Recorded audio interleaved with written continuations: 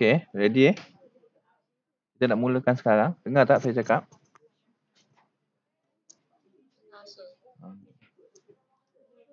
Okey, seperti yang kamu lihat sekarang ni, kita dalam topik yang keempat, iaitu bending stress in beam. Okey, bending stress in beam.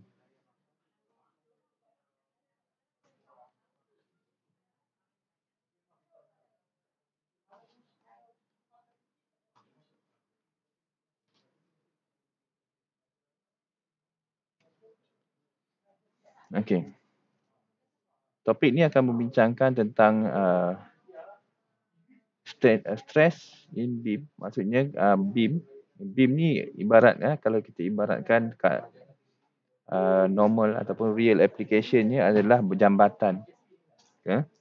Real application dia adalah jambatan.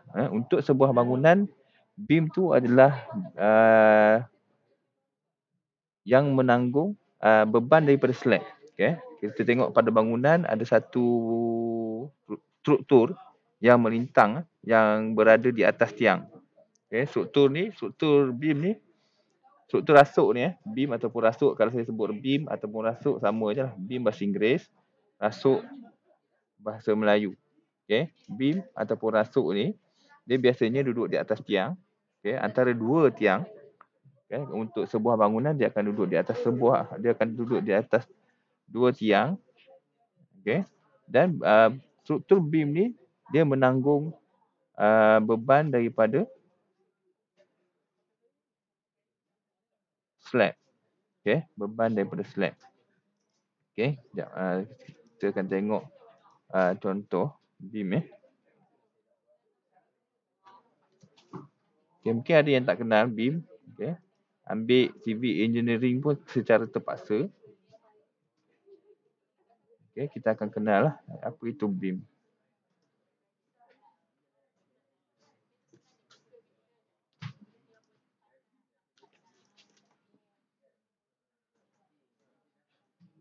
Okay, beam. Okay, saya akan sharekan beam. Beam-beam yang ada dekat dalam construction.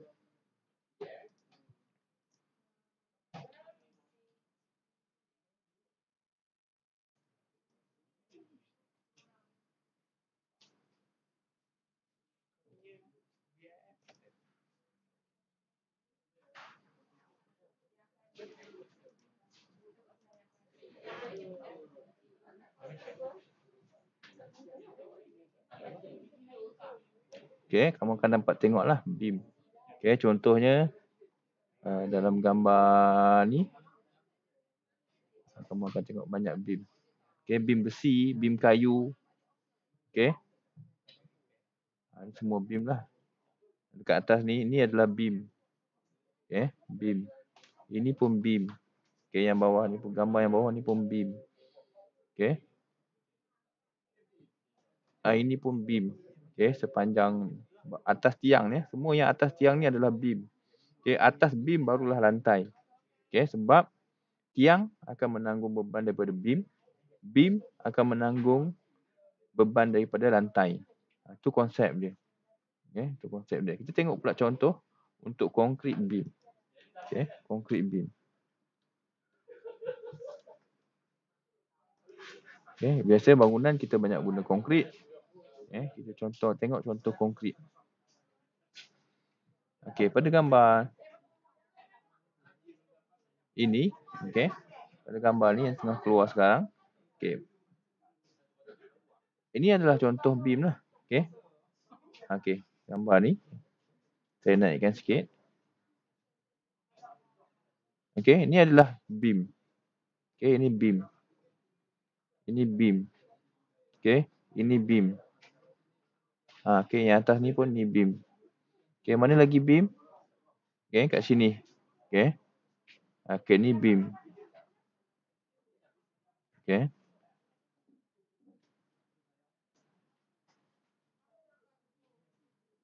Okay, ni juga beam. Okay, beam. Ada tiang, ada beam, kemudian baru lantai. Itu konsep load distribution lah. Lantai akan pergi ke beam. Beban daripada beam akan pergi ke tiang. Okey. Ini pun beam. Ini beam konkrit lah. Tadi kita tengok kayu dan besi. Okey, yang ni beam untuk konkrit. Okey. Ini semua beam lah. Okey, kejap Okey, ni semua beam. Okey, ni semua beam. Okey, beam.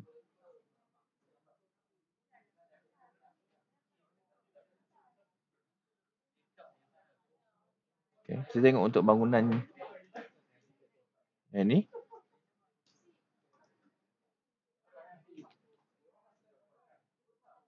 Ini normal punya bangunan. Okey, ni beam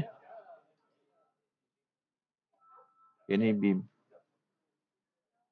Tak keluar lagi. Agak lambat sikit internet ni.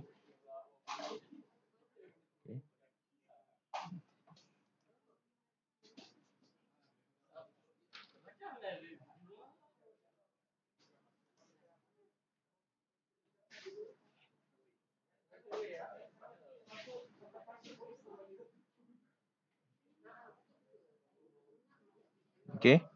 Apa yang keluar gambar kat skrin kamu sekarang?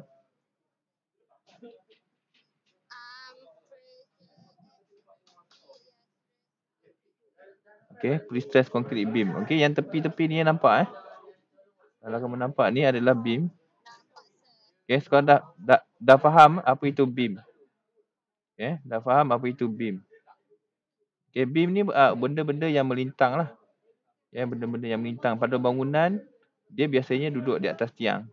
Biasanya akan duduk di atas tiang. Okey.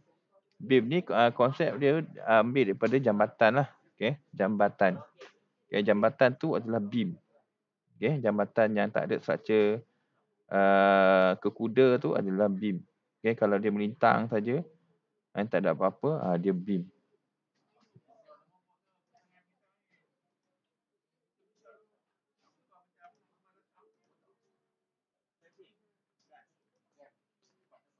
Kita tengok balik topik kita. Okay. Stress in beam. Sebelum ni kita tengok direct stress. Okay. Direct stress tu biasanya beban yang ditekan secara axial, secara paksi. Okay. Objek tu tegak, tu tekan pun tegak. Kali ni kalau bending stress, objek tu tegak tapi tekan daripada tepi. Okay. Dia punya body dia kena beban daripada tepi. Contoh. Okay. Contohnya pada kita tengok ni, understand the basic knowledge of bending stress in beam. Okay, ada satu contoh. Okay.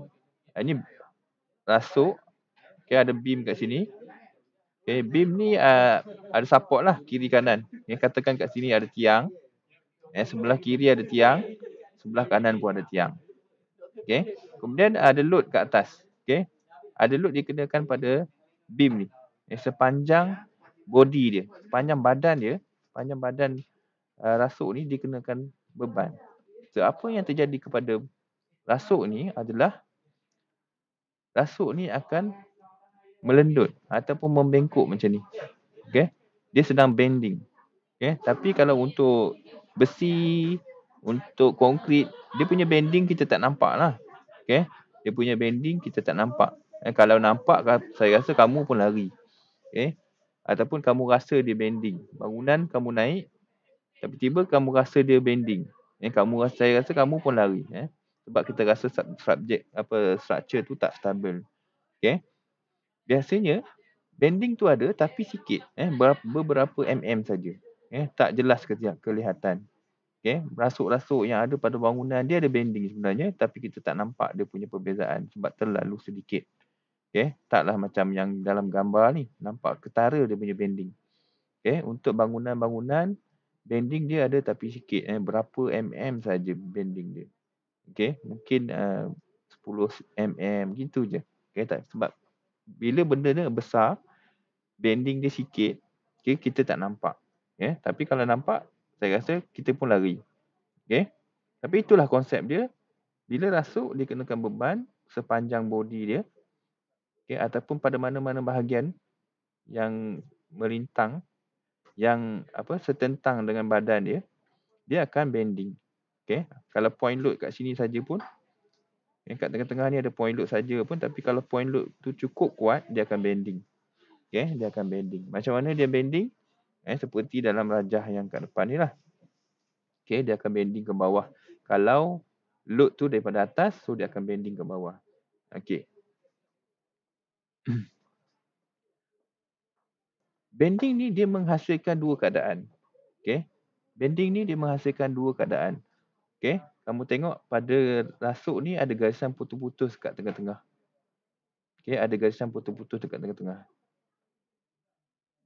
Okey. Dua bahagian. Okey, dia menghasilkan dua bahagian. Bahagian atas akan mengalami compression. Okey, bahagian atas akan mengalami compression ataupun akan mengalami dalam bahasa Melayunya mampatan. Okey, akan mengalami mampatan. Bahagian bawah pula dia akan mengalami tension. Okey.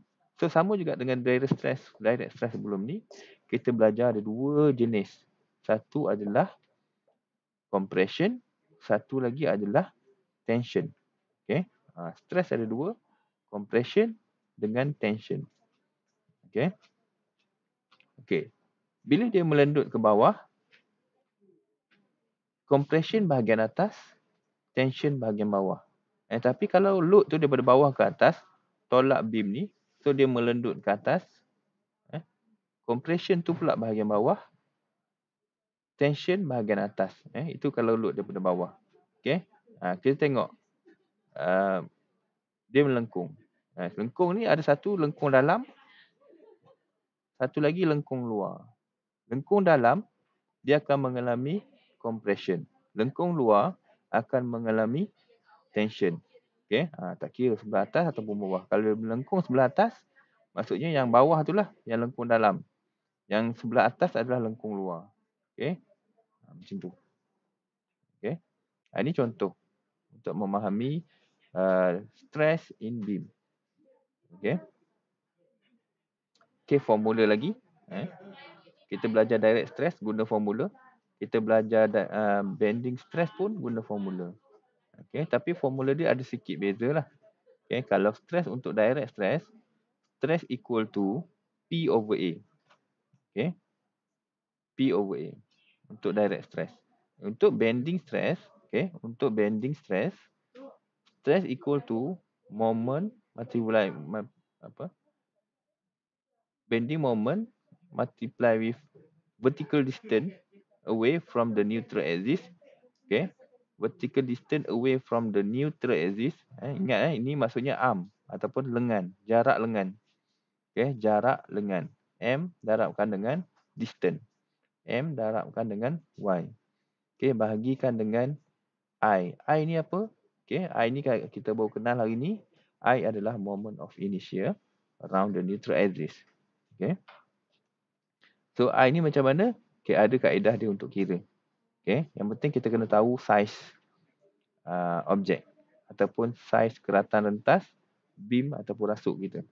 Okay, Y pun kita kena kira, M pun kita perlu kira. Jadi semuanya kita kena kira. Baru kita boleh masukkan dalam formula stress. Okay, stress equal to moment multiply with kita panggil ni centroid sebenarnya. Centroid nanti kita akan kira Y ni sebagai centroid. Centroid daripada neutral axis.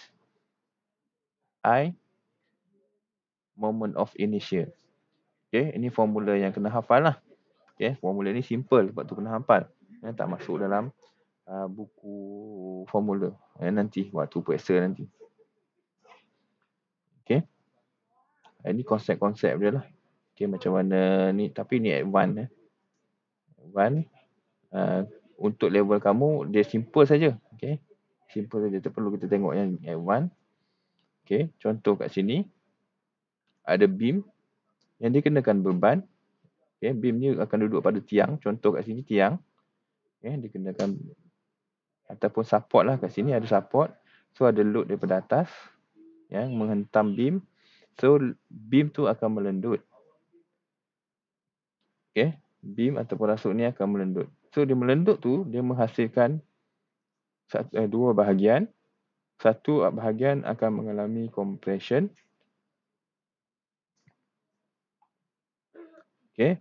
Satu bahagian lagi akan mengalami tension. Okay. So, pemisah antara compression dan tension ada satu garisan. Garisan itu adalah neutral axis. Itu adalah garisan neutral axis. Okay, garisan tengah-tengah antara pemisah antara compression dan tension itu adalah garisan neutral axis. Okay. Garisan neutral axis ini. Ini adalah garisan neutral axis. Okay. Tadi ada sebut dalam formula tentang neutral axis. Okay. Ada dua tempat yang menyebut tentang neutral axis. Pada Y dan juga pada I. Okay. So menunjukkan betapa pentingnya neutral axis. Okay. Betapa pentingnya neutral axis. So kita perlu ni neutral axis ni. Tapi adakah dia di tengah-tengah? Okay. Adakah dia di tengah-tengah? Okay. Tidak semestinya. Dan dia bergantung kepada bentuk. Okay. Bergantung kepada bentuk. Tidak semestinya tengah-tengah. Okay. Bagaimana pula dengan cantilever? Okay. Cantilever. Kalau simply support, ada tupang kiri dan kanan, dikenakan load pada atas. So, pada bahagian ni dia akan tak berubah sebab ada support. Bahagian kiri pun tak berubah sebab ada support. Tapi yang boleh berubah adalah sepanjang rasuk di tengah-tengah ni. So, macam mana kita imagine, kita letak pembaris atas dua jari kita, kiri dan kanan ada jari. Kamu tekan di tengah-tengahnya, begitulah dia bending. Okay. Begitulah dia bending. Kemudian macam mana pula kalau pembaris tu kita hanya pegang di sebelah hujung saja. Pegang. Pegang. Kemudian kita tekan. Sebelah lagi kita tekan saja, tak ada support. So apa yang terjadi kepada pembaris tu? Dia akan melengkung ke bawah sahaja. Okay. Seperti dalam gambar ni. So begitu juga dengan beam. Okay. Beam kalau kita keluar macam ni, so dia akan mengalami condition yang mana kita tengok dia melengkung ke mana. Dia melengkung ke bawah.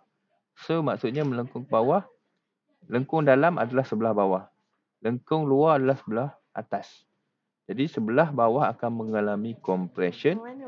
Sebelah luar akan mengalami tension. Sebelah atas akan mengalami tension. Okay, jadi dia berbeza. Cantilever dengan simply support berbeza. Cantilever akan menghasilkan compression sebelah bawah. Tension sebelah atas. Tapi kalau simply support, dia menghasilkan compression sebelah atas. Tension sebelah bawah. Okay. Kita ikut dia punya lengkung dia.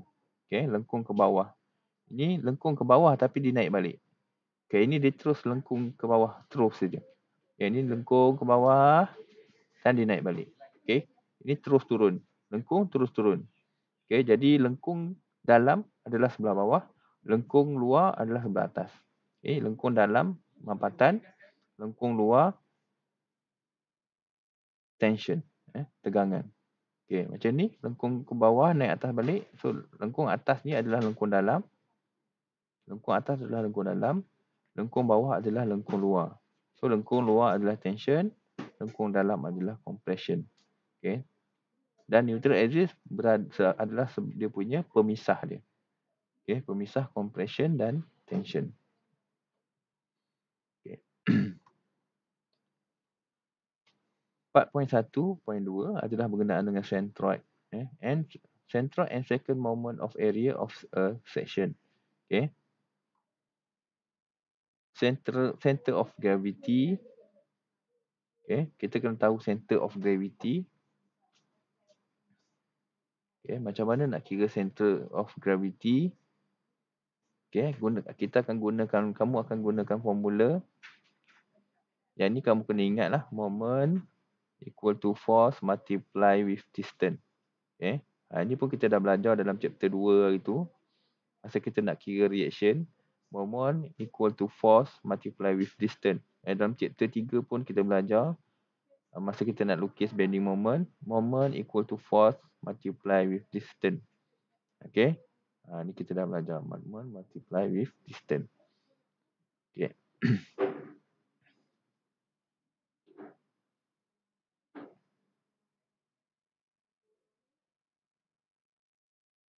Mana kita nak ambil contoh ni lebih mudah lagi. Kita tengok kat sini.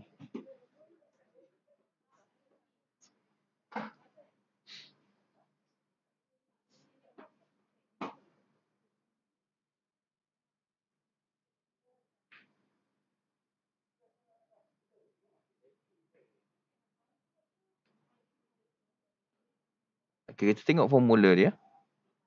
Okay, formula dia ni. Okay. Y tu adalah tadi kita dah belajar tadi formula untuk stress. Kita refer balik formula. Kita dah belajar tadi stress equal to moment multiply with vertical distance away from the neutral axis over moment of inertia around the neutral axis. Kat sini ada Y, vertical distance away from the neutral axis. So macam mana nak kira Y? Y itu adalah yang kita nak tengok formula dia sekarang ni, iaitu Y bar ni. Y bar ni. Macam mana nak kira Y bar? Y bar adalah area darabkan dengan centroid, section, centroid section over area untuk section. Kalau ada banyak objek, bentuk tu ada 3 section. Ada 3 bentuk, 3 section. Macam mana nak buat? Kamu tengok formula yang atas ni. Contoh untuk 3 section. So ada section 1, ada section 2, ada 3 section. So dalam satu objek tu permukaan dia kamu bahagi kepada 3 section. Nanti kita akan tengok apa tu section.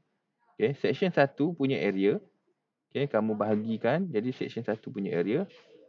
So kamu kena dapatkan dekat mana dia punya centroid. Kamu kena darabkan. Section 2 punya area darabkan dengan centroid section 2. Section 3 punya area darabkan dengan centroid section 3. Kemudian dah siap darab, campurkanlah ketiga-tiga ni. Bahagi dengan jumlah area. Area 1 campur area 2 campur area 3. Ni kalau ada 3 section guna formula atas. Yang biasanya kita pakai formula atas lah. Yang ni kita tak pakai. Kita akan biasa pakai yang ni untuk calculation Y bar. Untuk kita kira Y bar. Ini contoh. Ini contoh kalau objek adalah rectangle. Kalau objek adalah rectangle, macam mana nak kira Y bar ataupun X bar? X bar ni adalah centroid X, Y bar adalah centroid Y. Centroid X, centroid Y. Sebab tu dia letak bar. Bar atas ni maksudnya centroid. Apa dia centroid untuk rectangular ni? Untuk X adalah untuk X bar ataupun centroid X ni adalah L over 2. Paksi X adalah melintang. So melintang ni L. So L ni bahagi 2. So di tengah-tengah L. L per 2 di tengah-tengah. Untuk Y, ketinggian dia adalah B. Centroid dia dekat mana? Centroid dia dekat tengah-tengah. Jadi B per 2 dekat tengah-tengah. Jadi sekarang dia kita tahu centroid dia adalah L per 2, B per 2. Itu centroid untuk rectangular. Untuk dapatkan area untuk rectangular macam mana kita nak kira? Panjang darab tinggi atau panjang darab lebar, itu formula untuk rectangular ataupun petak. Petak macam ni. L darab B dapatlah area. Biasalah. Kalau bulat pi d equals to 24. Kalau petak panjang darab lebar. Centroid adalah tengah-tengah. Kalau petak, panjang petak tu bagi 2, tinggi petak bagi 2, dapatlah centroid. X bar dan juga Y bar. Ini mudah, rectangular. Macam mana pula kalau segitiga? Segitiga ni ada beberapa jenis lah segitiga. Ini salah di antara contoh lah yang untuk segitiga. Kita tengok contoh yang atas ni. Segitiga sama kaki.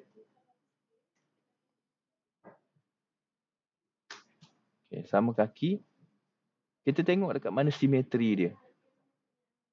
Simetri dia adalah kiri dan kanan. So bila dia simetri, kita tahulah dia punya centroid dia adalah di tengah-tengah. Kiri, kanan, simetri. So centroid dia adalah di tengah-tengah. Di tengah-tengah.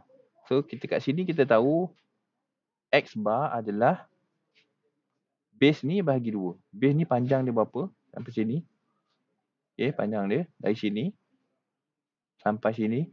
Panjang berapa? Bahagi 2. Dapatlah X bar. Okey, sebab dia simetri Sebab dia simetri kiri dan kanan. Okey, tapi atas dan bawah tak simetri. Tidak simetri. Bahagian atas ni dengan bahagian bawah ni tak simetri. Tak simetri.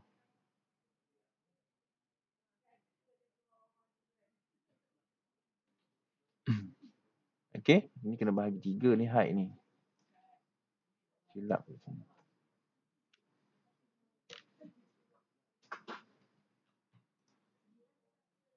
Okey, atas dan bawah dia tak simetri. Jadi untuk centroid dia, untuk sebuah segitiga, dia adalah 1/3 daripada base ni. Okey, 1/3 daripada base ni ataupun 2/3 daripada dia punya apa ni? Puncak apa dia? Puncak? Daripada puncak ni. 2/3 daripada puncak. Okey, 2/3 daripada puncak ataupun 1/3 daripada base. Okey, disebabkan paksi kosong-kosong dekat base, so kita ambil 1/3. Okey, 1/3 darabkan dengan height. Okey, ataupun lebih mudah kita tulis height bahagi 3. Okey, height ni bahagi 3, so dapatlah 1/3. Okey. Tapi kalau puncak ke bawah, dia adalah 2/3 daripada kosong. Okey, ini bergantung kepada bentuk dia. Okey, 1/3 daripada base, 2/3 daripada puncak. Okey. Untuk segitiga sudut tepat. Okey, untuk segitiga sudut tepat, dia adalah 1/3 daripada base untuk Y dan 1/3 daripada base yang dinding ni. Okey, dinding tegak ni. Dinding tegak ni 1/3 juga. Okey. So X dia, kita tengoklah X kat sini. So 1/3 tadi.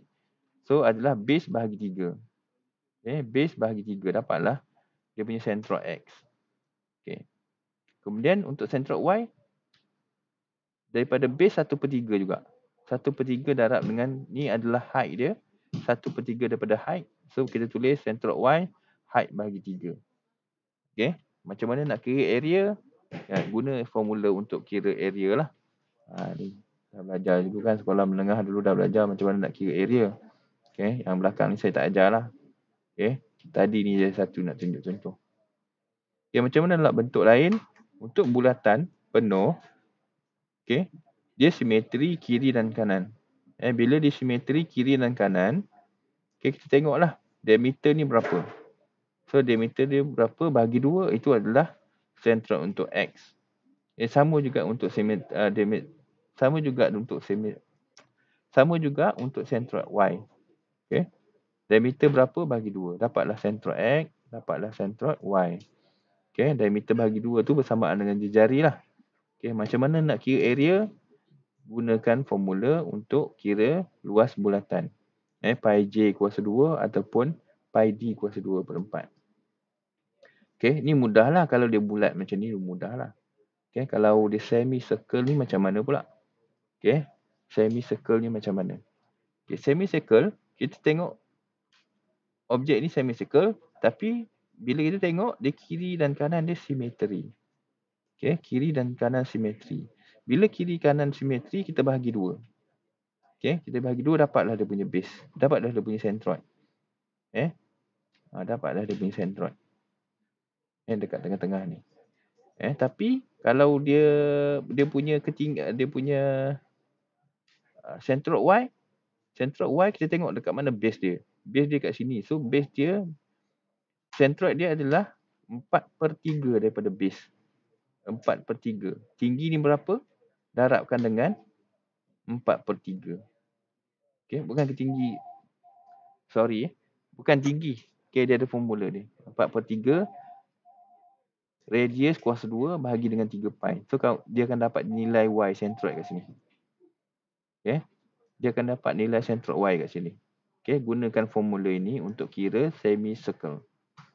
Okay, untuk semicircle.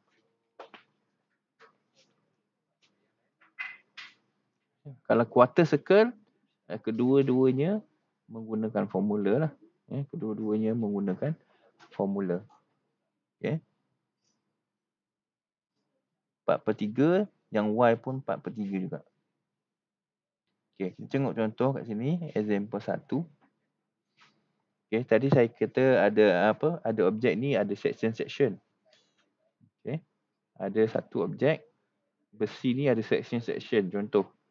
Okay, apa benda section-section tu? Okay, kamu boleh tengok kat sini lah. Section tu, kamu tengok ni bentuk ni sebenarnya satu je. Objek ni satu saja. Okay, objek ni satu saja. Kita yang kerat dia menjadi 3 section. Kita tak kerat lah. Kita untuk analisis, kamu ibaratkan kamu pecahkan dia kepada 3 bahagian.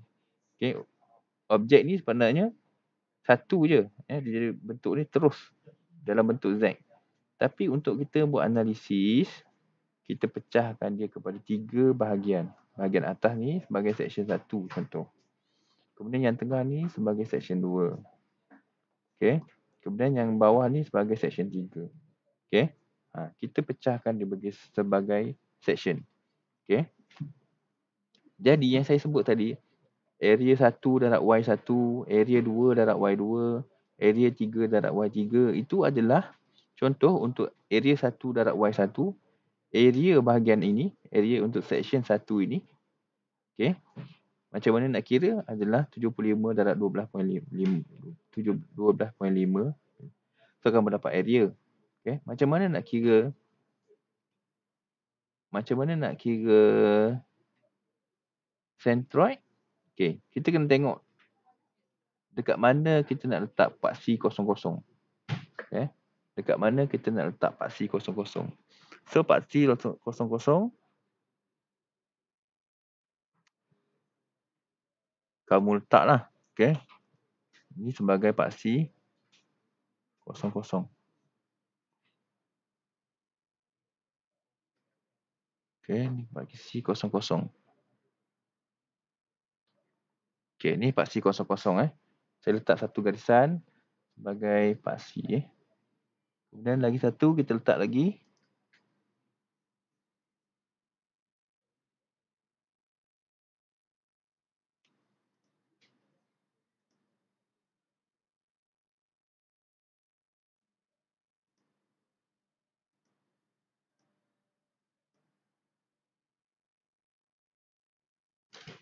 Ini garisan 00 untuk paksi.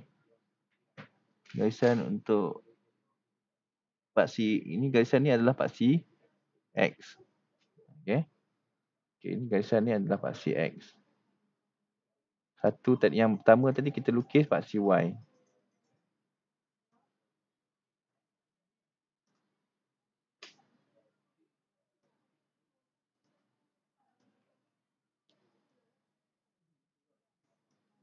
Okay.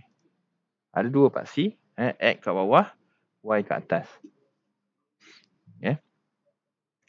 Okay, jadi 00 kat mana? Okay, 00 dekat sini. Okay, kat bawah ni. Dekat titik bawah ni. Okay, naikkan sikit. Okay. Paksi 00 dekat sini. Okay. Dekat sini, point 00. Okay. Okay, next adalah kita tahu objek ni dah rectangular. So, macam mana nak tentukan dia punya centroid? Okay. Centroid untuk petak, kamu tahu, bahagikan kepada 2. Okay, bahagikan kepada 2. So, kita nak cari kotak. Kita nak cari centroid. Okay, nak cari centroid.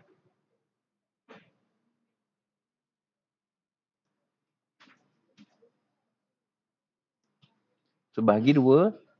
Apa yang kita nak bahagi 2? Kita tengok pada paksi X dulu. Okay, dia punya panjang ni 75. Kalau 75 bahagi 2, X bar dia berapa? Okay, jadi X bar dia adalah 32 Bukan. 37.5. Okay. 37.5 kat sini lah. Okay. Centroid dia kat sini. Okay. Untuk objek yang pertama ni, centroid dia kat sini. Okay. Untuk centroid Y, 12.5 bahagi 2. Okay. 12.5 bahagi 2 berapa? 6.25. 6.25. Okay. Kamu nampak saya buat cross kat sini? Tadi kita buat cross hujung kiri, tarikkan ke bawah. Kemudian hujung bawah, buatkan lagi satu garisan. Okay, garisan yang mula-mula kita buat ni adalah garisan paksi. Kita buat garisan paksi X, kita buat garisan paksi Y. Okay, sekarang ni kita nak cari centroid. Centroid sekarang ni kita dah pecahkan kepada 3 bahagian. So, kita kena buat centroid untuk ketiga-tiga bahagian. Dekat mana centroid ketiga-tiga bahagian? Kamu tengok, centroid bahagian yang pertama adalah untuk sebuah segi empat. Sebab kita pecah kepada 3 bahagian tu, sebabnya kita nak dia dalam bentuk rectangular. Okay, sebab kita nak dalam bentuk rectangular. Kenapa rectangular? Sebab bila dia rectangular, kita senang nak cari dia punya centroid. Macam mana nak cari centroid? Untuk rectangular adalah lebar bahagi 2, tinggi bahagi 2. Jadi lebar dia 75 bahagi 2, tinggi dia 12.5 pun bahagi 2. Okay, dapatlah lebar dia ataupun X bar dia adalah 37.25 dan Y bar dia adalah dekat Y bar dia kita tak dapat total lagi sebab dia bukan mula daripada kosong. Okay, tapi perbezaan dia antara neutral axis dengan dia punya starting dia punya section dekat sini, perbezaan ni adalah 6.25. Okay, tapi sampai sini. Untuk Y bar, kalau daripada kosong-kosong, kamu kena campur lagi jarak. Dari sini sampai sini. Dah dapat tadi 6.25. Kemudian 6.25 tercampur lagi kat sini sampai kat sini. Jadi, ataupun kamu tolak lah. 100 campur 12.5 dapat kat ujung. Kamu nak sampai ke centroid saja, kamu tolak sikit ujung ni. So, kamu dapatlah baki yang ujung ni berapa. Baki yang panjang bawah ni berapa. Okay. Baki yang panjang ni berapa. Ataupun lagi satu, ini 100. Okay, kat belakang ni 100. 100 tolak 12.5. Dapat berapa? 100 tambah 100 tolak 12.5, kamu akan dapat 87.5. 87.5 sampai sini. Sampai sini. So, daripada kosong, campur lagi 12.5. So, daripada sini sampai sini adalah 100. Okay, sampai sini 100. Sini sampai sini 100. Okay. Ke titik centroid, campur lagi 6.5. Okay, jadi 106.25. Okay, 106.25. So, kita tulis kat sini. Daripada sini ke sini adalah berapa? Okay, sini ke sini berapa pula?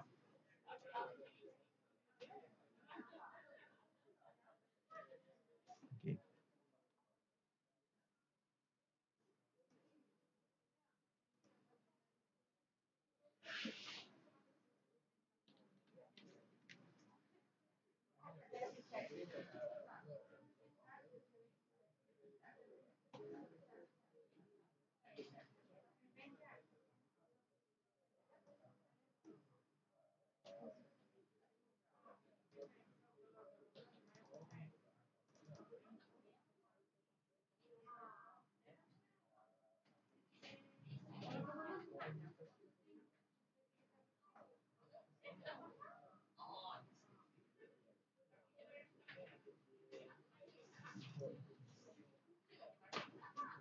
Okay, itu 7.25.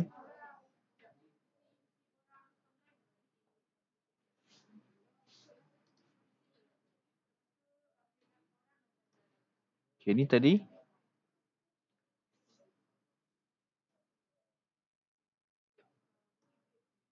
106. Okey, 106.25. Okey, ketinggian tu mm ketinggian ini. Okey. X dia adalah 37.25. Y dia adalah 106.25. Okey. Kena faham Y tu bukannya daripada dia punya asal ni. Dia mesti daripada origin. Origin kat mana? Origin dekat sini. Okey. Origin kat sini.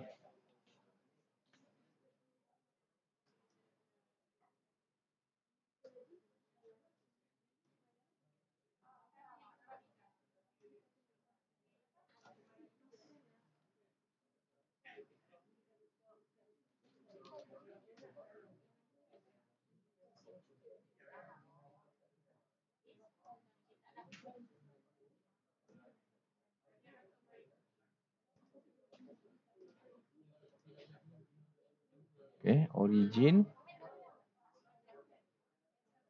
kat sini. Okey. So maksudnya kamu kena faham bahawa centroid tu memang kita senang nak cari bila dia dah jadi petak, tapi centroid tu bermula daripada origin. Okey.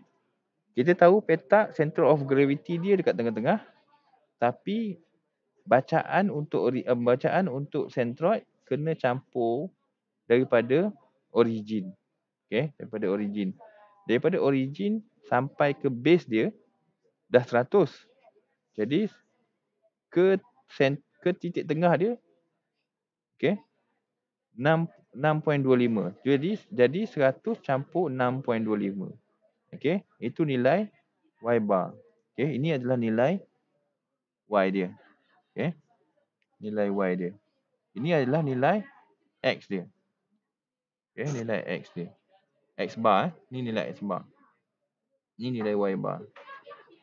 Okey, nilai y bar. Okey, nilai y bar. X bar untuk objek yang pertama. Okey, untuk section yang pertama atas ni. Okey, untuk section yang atas ni. Okey, baru dapat satu section untuk atas. Okey, macam mana lah section ni untuk bahagian yang kedua? Section yang ini. Berapa X bar, berapa Y bar? So kita buat sekali lagi, dia petak. So petak ni center of gravity dia dekat tengah-tengah. Kita pun buat pembahagian di tengah-tengah. Kita pun buat pembahagian dekat tengah-tengah. Okey, so ni tengah-tengah. Okey.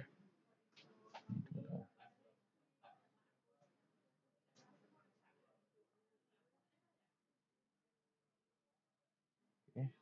Tengah lah. Okey, tengah-tengah.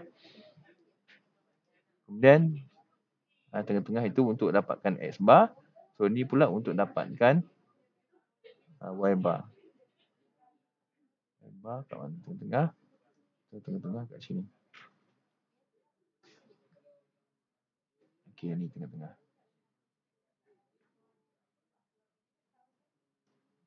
Okey. Tengah-tengah untuk objek yang kedua, section yang kedua ni. Okey, jadi berapa nilai X bar, berapa nilai Y bar? So kita nak tahu, okey, ni akan jadi dia punya X bar. Okey, ni akan jadi dia punya X bar. Dan ini akan jadi dia punya Y bar. Okey, berapa value dia itu kita nak tahu. Okey. Okey, ni akan jadi Y bar.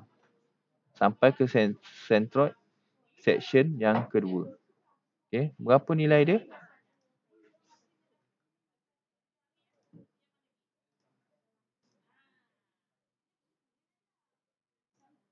Okey, berapa ni? Kita pun buat pembahagian. Okey, buat pembahagian. Okey. Ini bahagi 2. Berapa tebal ni bahagi 2. Dan jarak daripada origin ke dinding kiri ni berapa? Okey. Kita pun tengok. Okey, tebal dia 12.5 mm. So tebal ini ke sini adalah 12.5 mm. Jadi daripada origin, daripada origin sampai ke dinding kiri ni 75 mm tolak 12.5 mm. 7.75 mm tolak 12.5 mm. 62.5. 62.5 tu baru sampai sini. Daripada origin sampai sini. Kita kena campur lagi ke titik tengah dia. Berapa titik tengah dia? 12.5 bahagi 2. 12.5 bahagi 2. Maksudnya 6.25 lah. 6.25. So kita pun kira dapatlah 68. 68.75.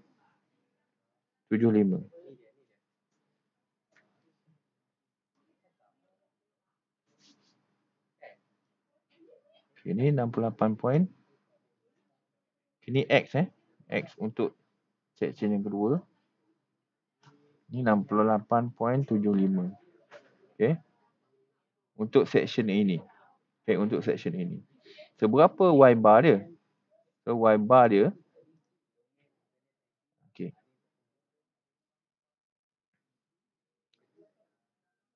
Ini 100 sampai atas ni. Tapi dia sampai sini saja. Sampai sini saja. So berapa jarak ini ke sini? Jadi jarak ini ke sini adalah 100 tolak 12.5. 100 tolak 12.5. Jadi jarak antara ataupun tinggi batang ni saja ni, yang section yang kedua ni adalah 87.5. Tapi 87.5 ni bukan daripada origin. 87.5 ni daripada base section 2. Kalau daripada origin kena campur lagi 12.5. Tapi sebelum kita campur 12.5, kita kena bahagi 2 dulu section ni. Section ni kena bahagi 2 dulu. Jadi bahagi 2, 87.5 ni bahagi 2. Kita dapat 43.75. 43.75 tu dari base sampai tengah. Dari base sampai tengah. Kalau daripada origin, kamu kena campur 12.5. Jadi kita dapat 56. Kamu dapat dekat sini adalah 56.25. 56.25. Untuk section yang kedua. Ataupun kita tulis kat sini section 1, Y pun 1, Y2 ni section 2. Ni section 2. Kita dah dapat untuk section 1 atas. Kita dah dapat section 2 yang tengah-tengah. So kita nak buat pula section 3. Kita nak buat section 3. Sama juga dia petak. So kita tahu center of gravity dia adalah di tengah-tengah. Kita pun buat garisan tengah-tengah. Tengah-tengah.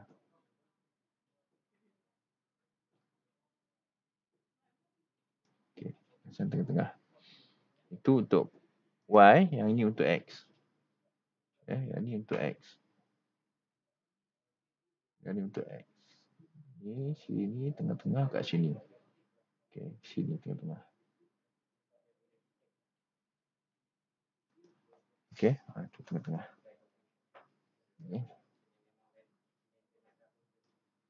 Ini tengah-tengah dia. Jadi berapa tengah-tengah? Kita tengok X dia dulu. X dia adalah 87.5 tapi 87.5 campur 12.5. 87.5 campur 12.5. Sebab panjang objek yang ketiga ni, section yang ketiga ni adalah 12.5 campur 87.5. Baru sampai ujung. Tapi ini bukan origin. Origin ni ada lagi jauh. Sebelum kita campur daripada dinding ni ke origin, kita kena bahagikan dulu daripada dia punya base dia. Okey, base dia adalah 12.5 campur 87.5 bersamaan 100. Jadi 100 bagi 2. Okey, 50. Okey, dari sini ke sini 50. Okey, sini ke sini 50. So, berapa pula daripada dinding ni ke origin? Okey, ke origin. Jadi, kamu kena tolak lah. Okey, base ni ke origin. Dia tak bagi, tapi dia bagi 75. So, kamu kena tolak 75 tolak 12.5. Okey, 75 ni tolak 12.5, kamu akan dapat dari nilai dari sini ke sini. Okey, samalah sini ke sini. Nilai akan sama. 75 tolak 12.5 akan dapat kat sini. 75 ni sampai ujung. Tolak 12.5 dapat sampai sini.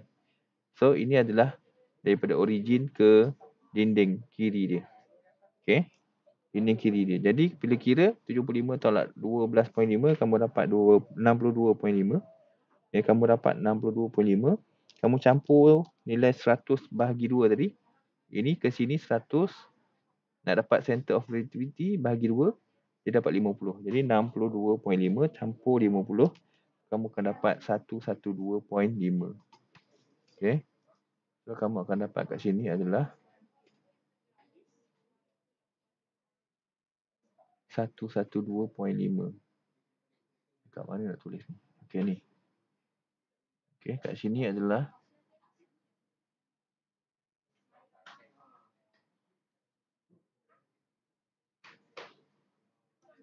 okey, 112.5. Okey, ni baru X. Ni baru X. X yang ketiga. 112.5. 112.5. Okey, nilai X. Section yang ketiga. Okey, section yang ketiga.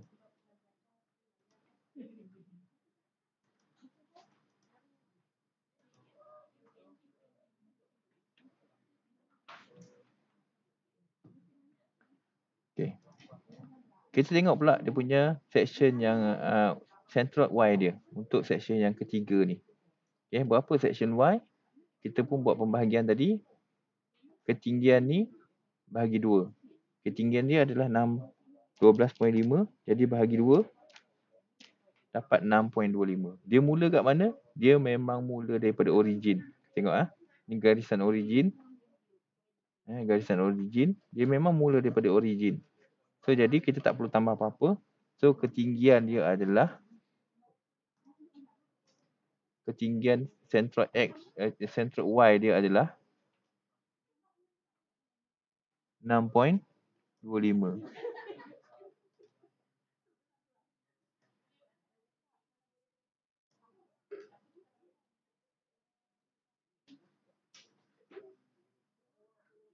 Okey.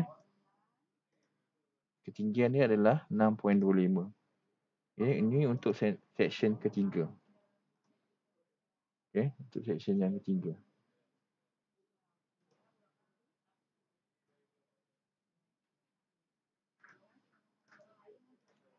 Okey. Hari tu macam mana kita kira centroid untuk setiap section. So, tadi objek ni dalam bentuk Z. So, pecahkan kepada 3 bahagian. Jadilah ini satu section. Ini section yang kedua. Kemudian yang ini adalah section yang ketiga. Jadi setiap section ni kita pecahkan pula dia punya centroid. Dia centroid X untuk section yang pertama. Centroid X untuk section yang pertama dekat mana? So, dapatlah kat sini. Okay, sebelum kita dapatkan centroid ni, kita kena kenal pasti dekat mana center of gravity objek ni, section ni. Center of gravity adalah dekat tengah-tengah untuk rectangle. Okay. So, kamu pun bahagi 2. Bahagi 2, dapatlah 37.25 sebab dia memang bermula daripada origin. Okay. Untuk origin X, dia bermula daripada paksi Y. Untuk origin Y, dia bermula daripada paksi X. Okay. Origin dia bermula daripada paksi X. Itu kena ingatlah. Okay. Untuk origin, untuk centroid X, origin dia dari paksi Y. Untuk centroid Y, origin dia daripada paksi X. So kira dia punya centroid X ke bermula daripada origin. So bila bermula daripada origin, tak perlu tambah apa-apalah. Kamu bahagikan saja section ni kepada 2. Untuk kira centroid Y, kamu pun bahagi 2, dapatlah center of gravity. Jarak ni ke base ni adalah 6.25. Jadi kamu kena tambah lagi jarak. 6.25 ni baru jarak yang sikit ni. Baru yang sikit atas ni. 6.25. Kalau nak kira centroid, kena kira daripada centroid. Centroid dia kena tambah lagi 100. Tinggi ni adalah 100. Tambah. Dapatlah 106.25. Begitu juga dengan centroid-centroid yang lain. Semuanya kena daripada origin. Hanya center of gravity saja kamu bahagi 2. Kamu bahagi 2 dapat tempat titik tengah dia. Tapi untuk tulis nilai centroid tu kamu tulis daripada origin. Daripada origin kat sini. Sebab itulah first tadi, garisan yang kita lukis first adalah garisan origin. Garisan origin kat mana? Garisan origin ni adalah garisan yang paling kiri. Kat sini lah. Ni objek paling kiri. Ni paling kiri. Dan paling bawah. Paling bawah ini. So origin kat sini. Paling kiri, paling bawah. So ini dah garisan dia. So tandakan sini sebagai origin. Pak sini.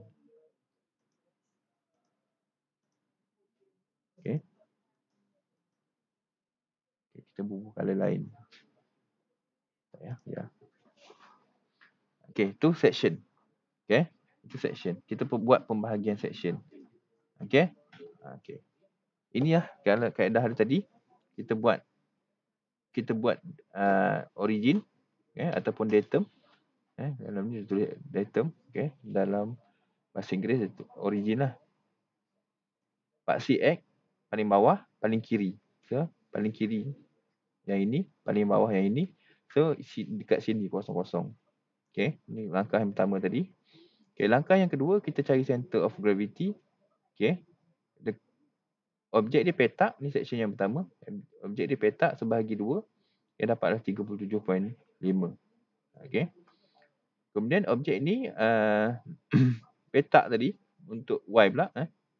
Untuk Y, jadi petak tadi 12.5. 12.5 ni bahagi 2, baru dapat titik tengah ni. Tapi dia mesti bermula daripada origin.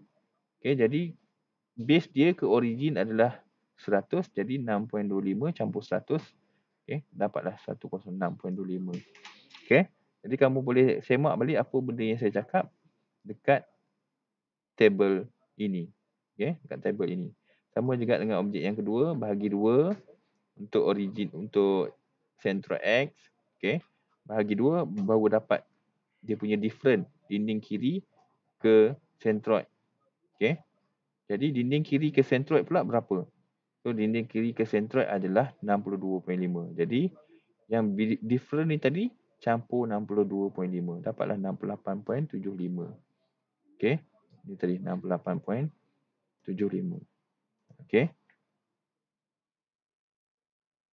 Untuk Y 56.25. Y adalah 56.25 untuk objek yang kedua.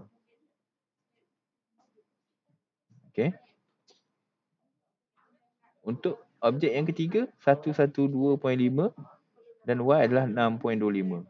Kita check balik. 112.5. Yang ini objek yang ketiga, ni X3. 112.5 dengan 6.5. Y3 6.25. Semuanya daripada origin. Semuanya daripada origin. Belum habis di situ. Kita kena darabkan dengan area. Ingat tak formula tadi? Ingat tak formula asal dia? Yang kita baru buat ni adalah nilai. Yang kita nak kira ni adalah nilai. Yang kita baru kira tu tadi adalah nilai berapa Y1, berapa Y2, berapa Y3. Kena darab dengan apa? kena darab dengan area. Area dia apa? Area dia, kalau contoh ni, example ni tadi, area 1 adalah 75 darab 12.5. Area 2, lebar darab panjang. Okay. Tinggi darab panjang. Lebar darab tinggi. Okay. So, area. Okay. 75 darab 12.5. Dapat area. Okay. So, nak A darabkan dengan sentrok Y. A dah dapat 937.5. Darabkan dengan sentrok Y. Sentrok Y tadi kita baru kira. 106.25. So, kamu pun darab AY. Okay. Darab A, darab Y. Ini AY ni adalah A1, Y1. Okay. Kalau dalam formula ni, yang tu adalah ini. Okay. Yang kamu kira dekat dalam table tu, yang bahagian pertama tu adalah ini. Yang saya highlight ini. Okay. Yang saya highlight ini. Okay. Itu nilai yang sedang dikira dalam kotak ini. Dalam kotak ini. Itu nilai A1, Y1. A2, Y2, kena kira area. Tadi dah kira centroid, darabkan. Dapatlah A2, Y2. Okay. Masuk dekat dalam formula. Dekat mana? Ini. A2, Y2. Okay. A2, Y2. Okay. Ada 3 section. So, kita kena buat pula section yang ketiga. Okay. Kira area. Okay. Y3 dah dapat tadi 6.25. So, area. Darabkan dengan centroid Y. So, dapatlah A3, Y3. Okay. Dapat A3, Y3. Okay. Dapat A3, Y3. Ini. Dekat mana?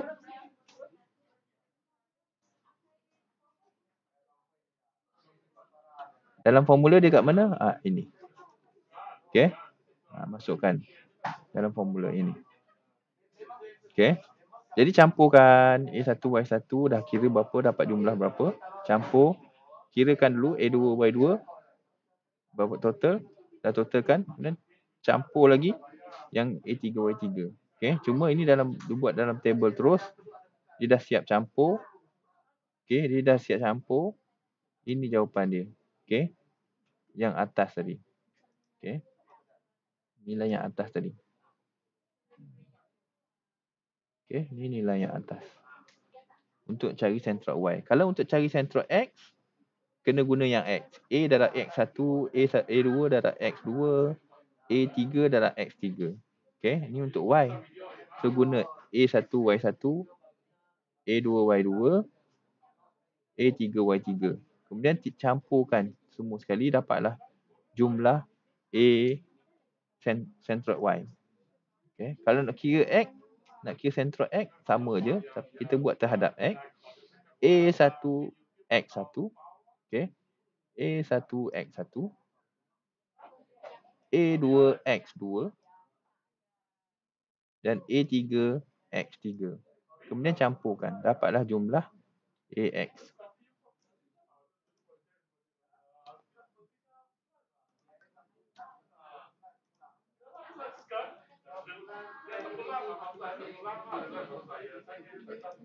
Tak ada bawah ni yang saya nak delete, tak boleh.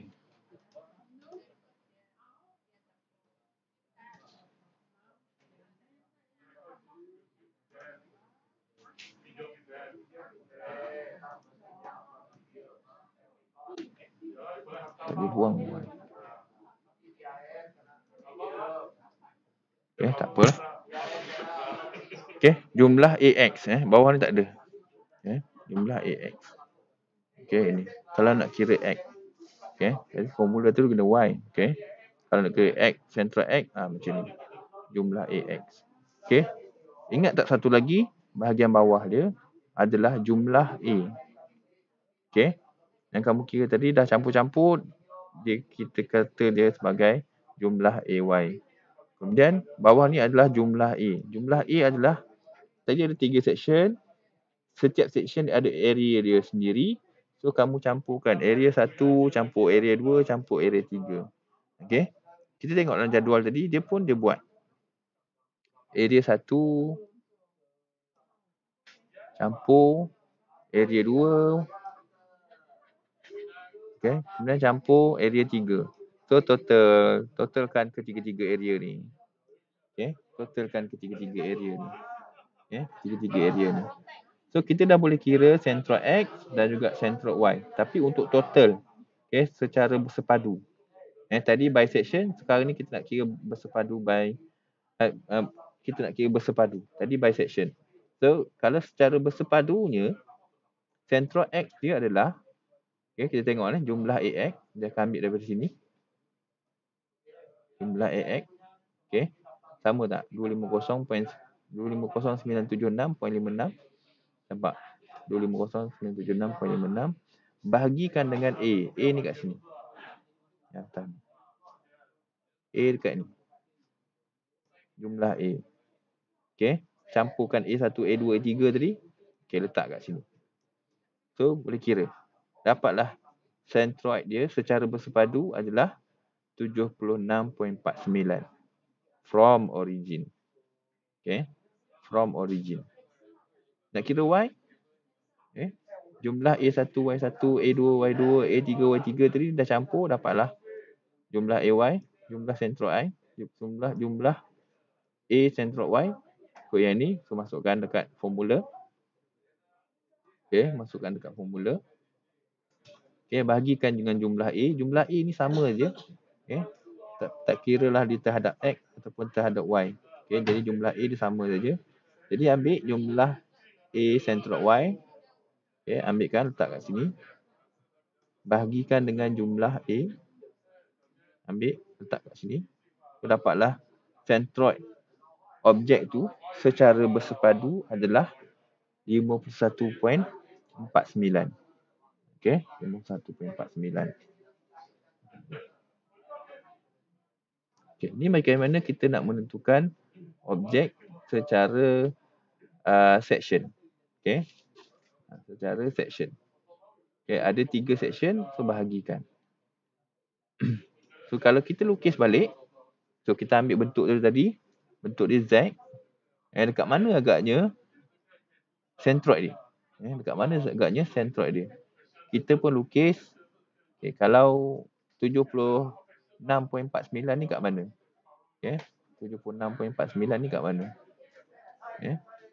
Sini 68. Okay, bila kamu campur, dia lebih daripada sini. So kita lukis balik.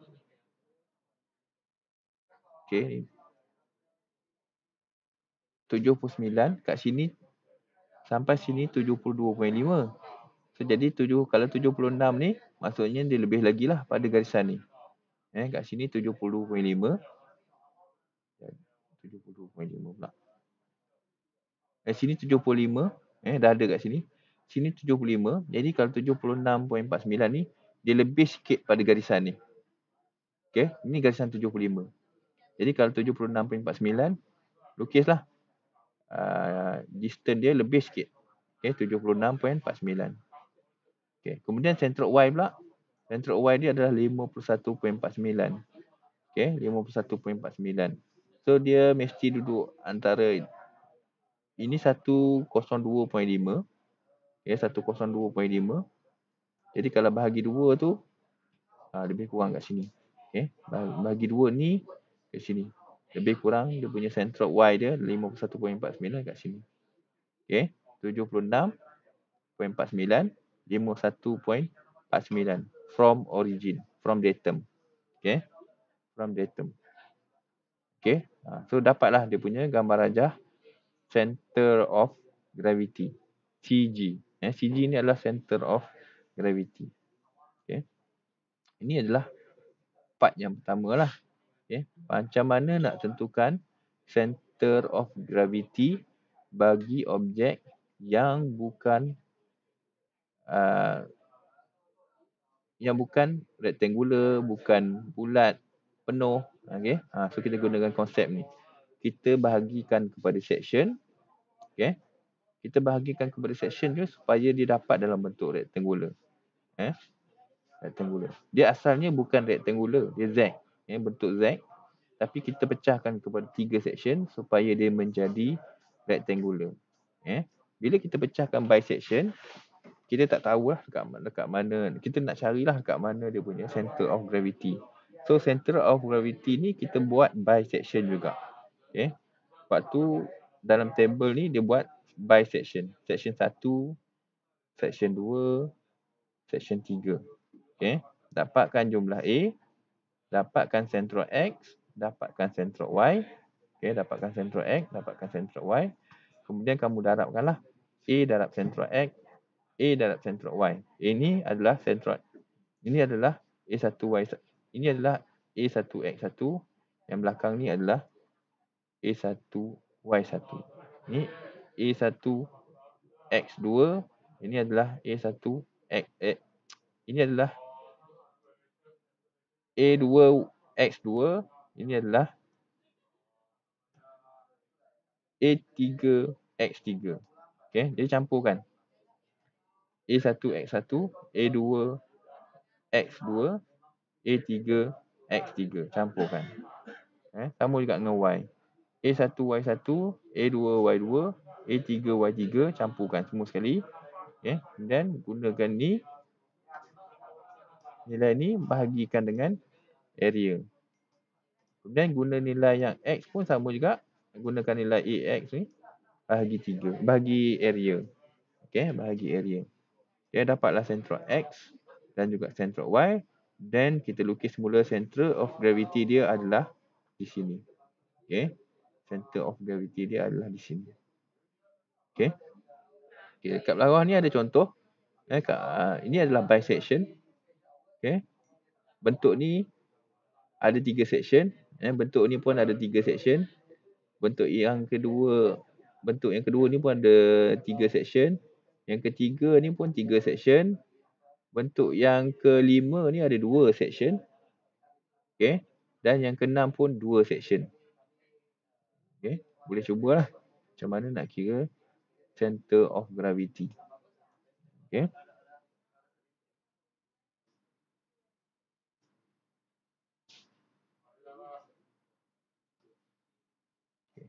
Boleh tak saya tinggalkan sebab kalau saya masuk second moment of area ni nanti lagi pening.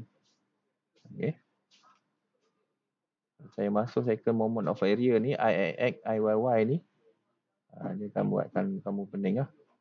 Sebab nak hadamkan dua benda yang berat dalam satu pertemuan. Saya rasa saya kena stop sini. Kamu kena buat cubaan dulu untuk kira centroid. Kamu boleh tengok dalam tutorial.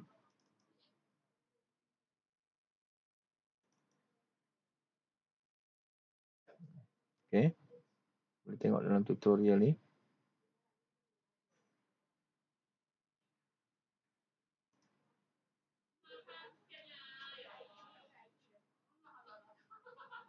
Kamu boleh tengok dalam tutorial ni. Kamu cuba 1, 2, 3. Cuba 1, 2, 3. 4.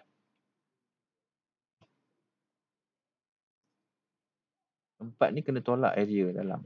Kamu cuba 1, 2 dan 3. Yang 4 nanti saya akan tunjukkan macam mana. Sebab dia area luar tolak dengan area dalam. Tapi 1 dan 2 dan 3 ni bisection. So kamu kena buat pembahagian lah. Buat pembahagian. Ni satu bahagian. Yang ni satu bahagian. Dari sini sampai sini.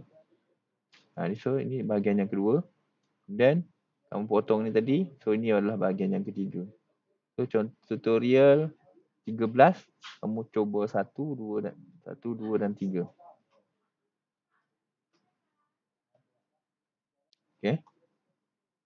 Tutorial 13. Saya sharekan tutorial 13.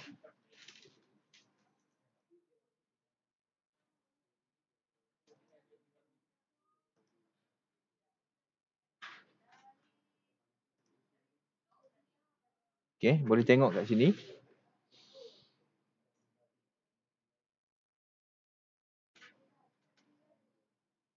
cuba tutorial 13, 1, 2 dan 3. Okey? Ya. 1, 2 dan 3 ataupun kamu boleh cubalah 3 saja ke. Okey, sebab 3 ni yang main dia. Okey, masalah utama dia. Okey, so 1 senang saja, bahagi 2 dapat center of gravity. Dia punya datum boleh ambil dari sini saja. Okey, sama juga dengan yang 2. Datum boleh ambil dekat bawah ini, kiri. So ini datum dia kat sini. So kalau contoh nombor 3 ni, datum dia tak kena pada pucu dia. So datum dia kiri, bawah ni. Okey, bawah ni. Kemudian yang part CX pula kat bawah ni. Okey, kat bawah. So dia ada gap sikit. Okey, untuk section yang ketiga. So kalau macam mana nak bagi section? So atas ni buatkan sebagai satu section. Okey, potong dekat sini. So atas ni akan jadi satu section. Bahagian kedua dah potong kat sini, potong pula kat bawah ni. So bahagian yang kedua tengah-tengah ni lah. Okey, dah potong kat sini, potong atas. So ini adalah bahagian yang kedua. So bahagian yang ketiga adalah bahagian bawah. Dah potong tadi kat sini. So yang lebih tu adalah section yang ketiga. Dan buatkan table seperti dalam example tadi. Okay. So cuba example 3. Cuba tutorial 3. Okay. Menggunakan konsep yang belajar dalam example tadi. Okay. Ada 3 section. Sama juga 3 section. Untuk tutorial 13 ni nombor 3. Okay. Boleh? Hilanglah ke? Okay. Tutorial 13 nombor 3. Okay. Tutorial 13 nombor 3. Sebab esok saya nak continue tu bukan continue dengan yang tu. Sebab saya nak continue dengan tutorial 13 tapi nombor 4. Okay. Nombor 4. Saya akan buat nombor 4 esok. Okay. Saya akan buat nombor 2 dengan nombor 4 mungkin esok. So nombor 3 tu saya tinggalkan untuk kamu.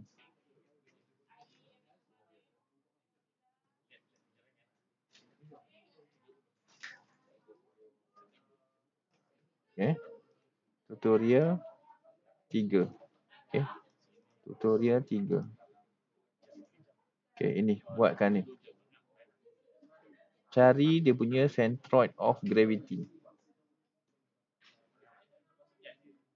Okay. Cari dia punya centroid of gravity. Untuk yang ni. Okay, boleh kelas? Okay. Boleh tanya dalam grup. Okay. Macam mana nak buat. Okay, boleh tanya. Macam biasalah, macam kita buat latihan sebelum ni. Kamu tanya dalam WhatsApp. Ada yang PM saya. Ada yang tunjukkan dulu macam mana dia buat. Kenapa tak dapat. Okay, saya akan bagi tahulah. Mungkin ada masa sikit saya nak reply. Tapi tak apa, boleh tanya. Okay, cuba buat dapatkan ilmu ni. Okay, jangan miss. Sebab subjek pula. Chapter ni dia bersangkut dengan chapter-chapter yang akan datang. Okay, jadi kalau tak dapat, Kalau tak dapat centroid, maksudnya habis semua chapter yang belakang tu, kamu akan hilang markah lah. Sebab centroid salah, calculation dia nanti akan salah. Okay, dia tak boleh salah. Kalau salah, semua belakang semua akan kosong. Sebab ni major. Kalau dalam design, structure, salah centroid, habis semua. Bangunan tu boleh jadi runtuh dan sebagainya. Dia big impact dia besar. Okay, impact dia besar. Salah disebabkan oleh salah calculation saja. Okay. Jadi kena buatlah supaya kamu dapat centroid yang betul. Okay. Nanti saya akan sharekan dia punya centroid dia. Okay. Untuk centroid X kamu tak perlu cari. Kamu hanya cari centroid Y saja. Sebab apa centroid X tak perlu cari? Sebab kamu tengok objek ni, dia apa? Simetri. Kiri dan kanan simetri. Jadi bila simetri, kita tahu centroid X dia adalah 125 macam tu. Okey. Centroid X adalah 125. So tak perlu cari centroid X. Yang saya nak kamu cari adalah centroid Y. Berapa centroid Y? Centroid Y kita tengok dia atas dan bawah tak simetri. Atas besar, bawah kecil. Jadi centroid dia bukanlah, kalau 100 ni bagi 2 jadi 50, 50 campur 50, 100 kan. Dia bukan 100. Okey. Dia bukan 100. Disebabkan dia bahagian atas ni besar, dia 100 lebih sikit. 10 berapa-berapa nanti kamu akan dapat. Kamu akan dapat tengah-tengah, betul-betul tengah-tengah, bukan. Tapi kalau kiri dan kanan, kamu dapat 125. Sebab kiri kanan dia adalah simetri. Okey. Kiri kanan simetri. Jadi centroid X tak perlu cari centroid Y saja. Okey, cari centroid Y saja. Sebab apa cari centroid Y? Sebab atas dan bawah tidak simetri. Kalau yang simetri kita bagi 2. Kalau tak simetri tak boleh. Kalau tak simetri kena cari guna kaedah tadilah. Kena cari guna kaedah tadi. Guna kaedah dalam example. Okey.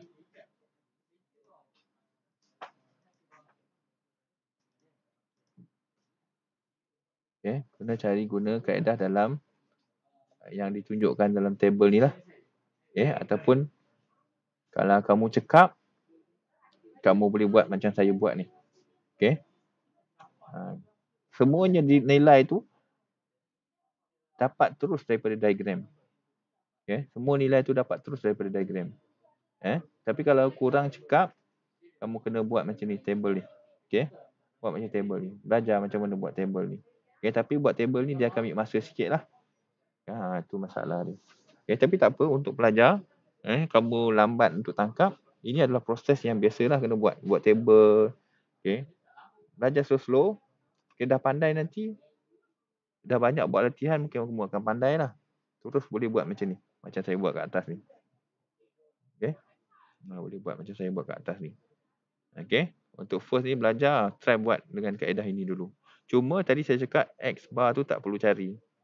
So kamu akan buat bahagian Y bar saja ni, bahagian belakang ni. Tadi ada dalam CDOS.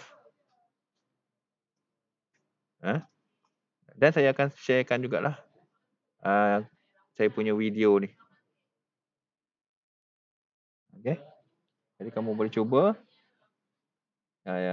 Sebelum kita habiskan kelas, pastikan kamu type dulu nama dan nombor metrik. Naikkan nama dan nombor metrik. Kamu boleh rujuk nanti video ni lagi. Kalau video ni jadilah. Dah type nombor metrik, boleh leave meeting.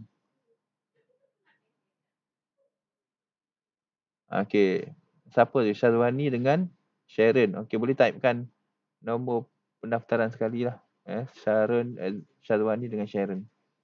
Jadi Syazwani tolong typekan nombor pendaftaran Sharon sekali. Boleh leave meeting. Saya akan sharekan benda ni.